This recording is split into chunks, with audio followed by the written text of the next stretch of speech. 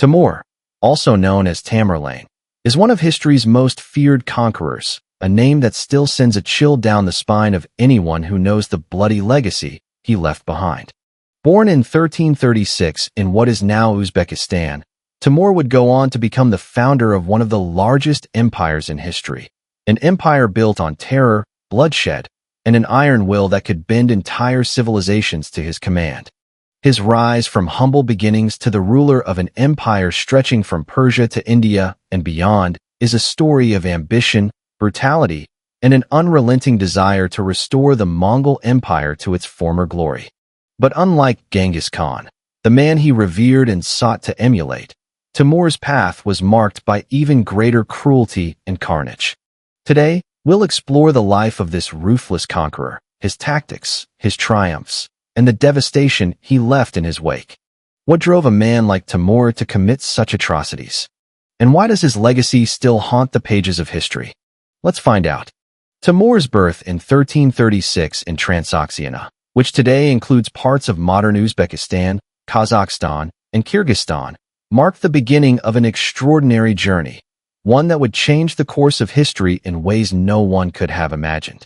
Timur's family, the Barlas clan, had Mongol roots, but they were far from powerful.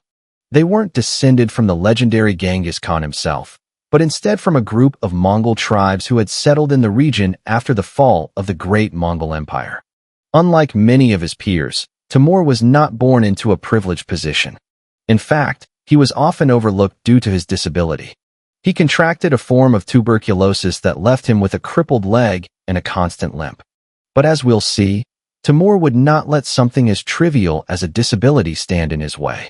In many ways, his physical deformity may have served as the fuel for the fire of his ambition, making him even more determined to prove himself in a world dominated by powerful men and ruthless warlords. That Timur's youth was marked by the harsh realities of life in Central Asia during a time of constant conflict and shifting allegiances. The Mongol Empire, which had once stretched from China to Eastern Europe, had fractured by the time he came of age. Various successor states fought for power, and Timur, initially a member of the Barlas clan, found himself swept up in this tide of war and chaos. He was a man of ambition, and his disability did not stop him from joining the battlefield. He fought as a mercenary, building up a reputation as a fierce and skilled warrior. By the time he reached his mid-20s, he had already established himself as a capable commander with an eye for strategy and leadership. Timur's true rise to power began when he made a critical alliance with Tughlaq Timur, a local Mongol ruler, in the mid-1360s. Through this alliance, Timur secured a position in Tughlaq's court, where he learned the ways of leadership and politics. But Timur was no mere servant. He was biding his time, watching, waiting for the right moment to strike.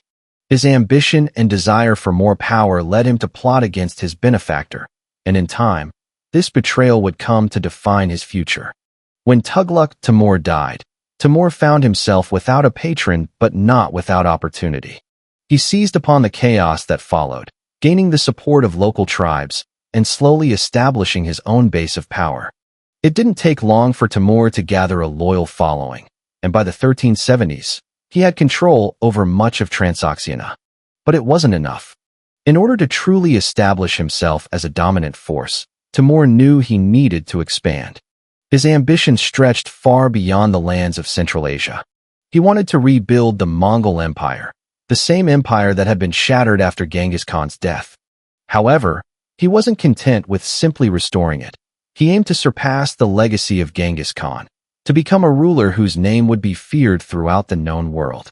His methods were simple: conquer or die. One of the key elements that allowed Timur to gain power was his ability to manipulate those around him.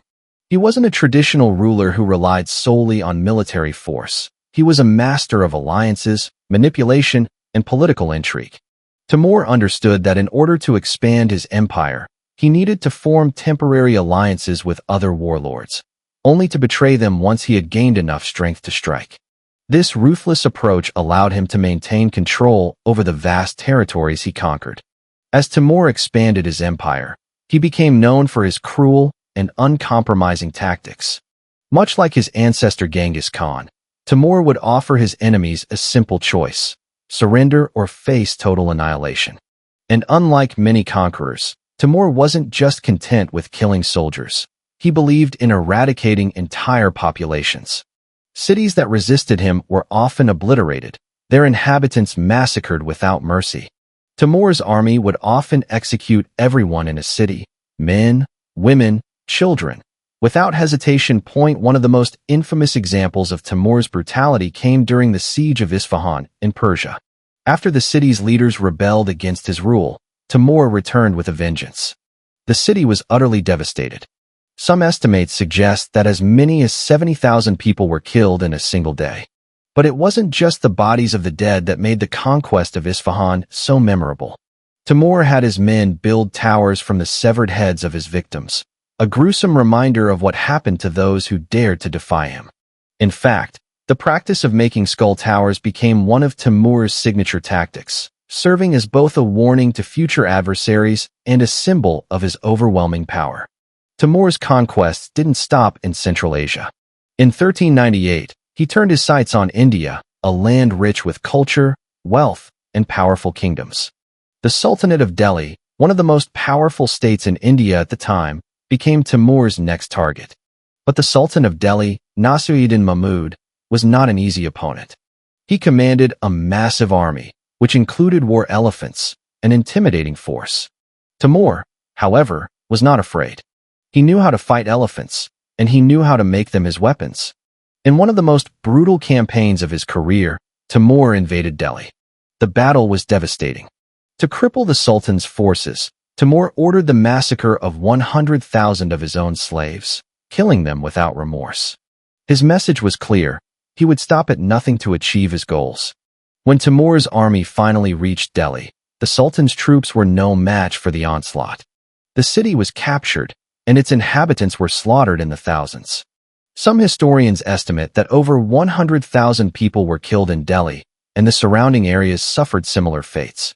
The death toll from Timur's invasion of India could be as high as 1 million people. Timur's rampage across Asia wasn't confined to Persia and India. In 1402, he clashed with the Ottoman Empire in what would become one of his most famous victories.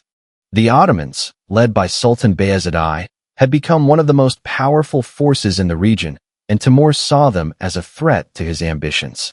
The two empires met at the Battle of Ankara, a confrontation that would change the course of history. The Battle of Ankara ended in a decisive victory for Timur. Sultan Bayezid was captured, and it is said that Timur kept him alive in captivity, humiliating him in a manner befitting of his ruthless nature. Some accounts even suggest that Bayezid was kept in a cage and made to live out the rest of his life in torment. The victory over the Ottomans not only solidified Timur's power, but also marked the beginning of the decline of the Ottoman Empire. Bayezid's son would eventually become Timur's vassal, further cementing his dominance in the region. Despite his triumphs, Timur's body had been deteriorating for some time.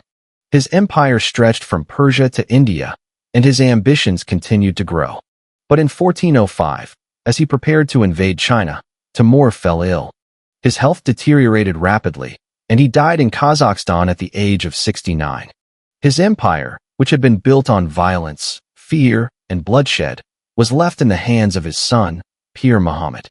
However, Timur's death led to a power struggle among his heirs, and the empire he had built began to collapse. In the years following his death, Timur's descendants struggled to hold onto the vast empire he had established. Eventually, it crumbled, and the world moved on from the reign of one of history's most fearsome rulers. However, the legacy of Timur's brutality endured. His name became synonymous with terror, and his conquests were remembered as some of the most brutal in history. Timur's tomb, located in the ancient city of Samarkand, was sealed with a curse: "Whosoever opens my tomb shall unleash an invader more terrible than I." For centuries, the curse remained a mere legend, dismissed as superstition. But in 1941, during the reign of Joseph Stalin, the tomb was opened. The very next day, Nazi Germany invaded the Soviet Union, marking the beginning of one of the most brutal campaigns in history. Many historians point to this as the fulfillment of Timur's curse, adding another layer of mystery and intrigue to his already terrifying legacy. Timur's life and legacy are a testament to the power of ambition, the ruthlessness of a conqueror, and the devastating consequences of unchecked aggression. His empire may have crumbled, but his name remains etched in the annals of history, a symbol of both military genius and unparalleled cruelty. His story is a stark reminder of the cost of power and the lengths to which some will go to achieve it. If there is one thing that history teaches us, it's that the pursuit of power, when driven by ruthless ambition, can leave a trail of destruction that lasts long after the conqueror is gone.